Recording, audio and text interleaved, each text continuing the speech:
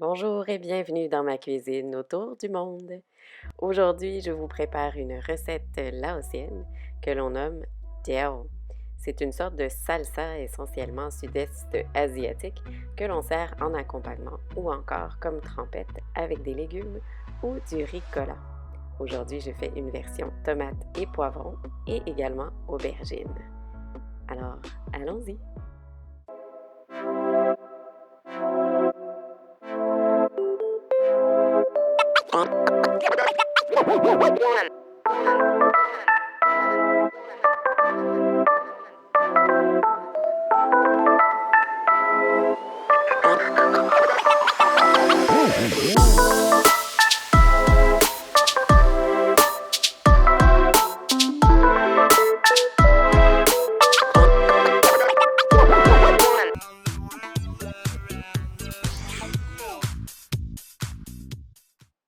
Alors voici nos légumes bien lavés qui se retrouveront sous peu sur la grille du barbecue.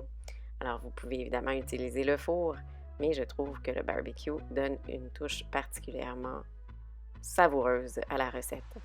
Je vous conseille également pour le choix des ingrédients de prendre des piments et surtout des poivrons et tomates qui ont un contenu en eau peu élevé. Sinon, vous allez avoir une sauce trop liquide.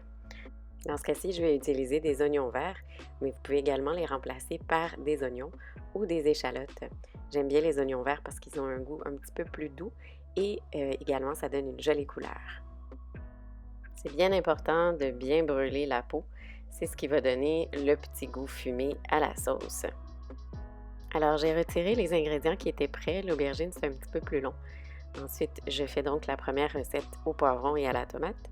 Je coupe les racines et je vais également enlever le pédoncule et les graines du poivron.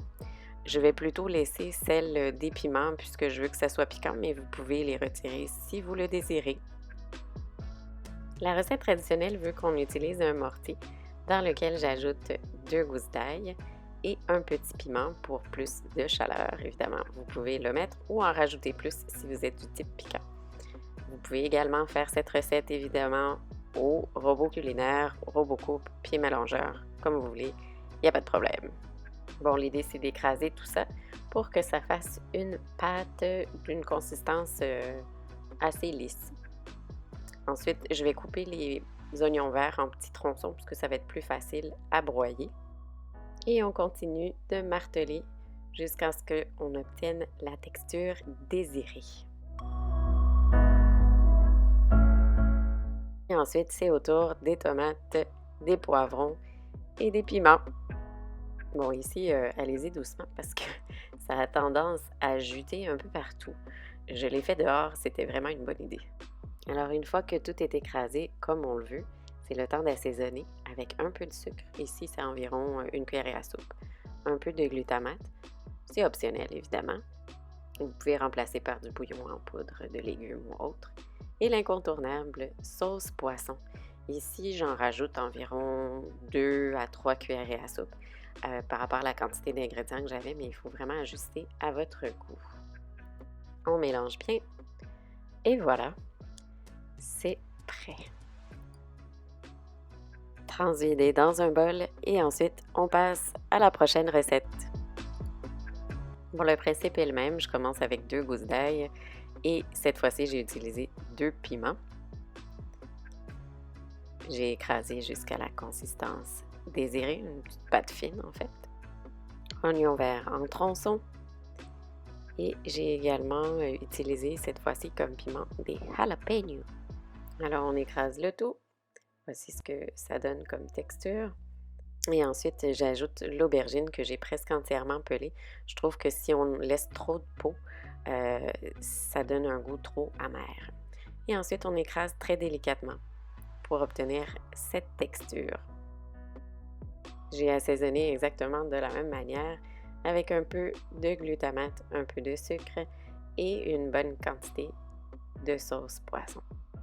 On mélange bien, encore une fois, en écrasant un petit peu. Je vous montre un peu la technique. Et voilà, c'est prêt à être dégusté.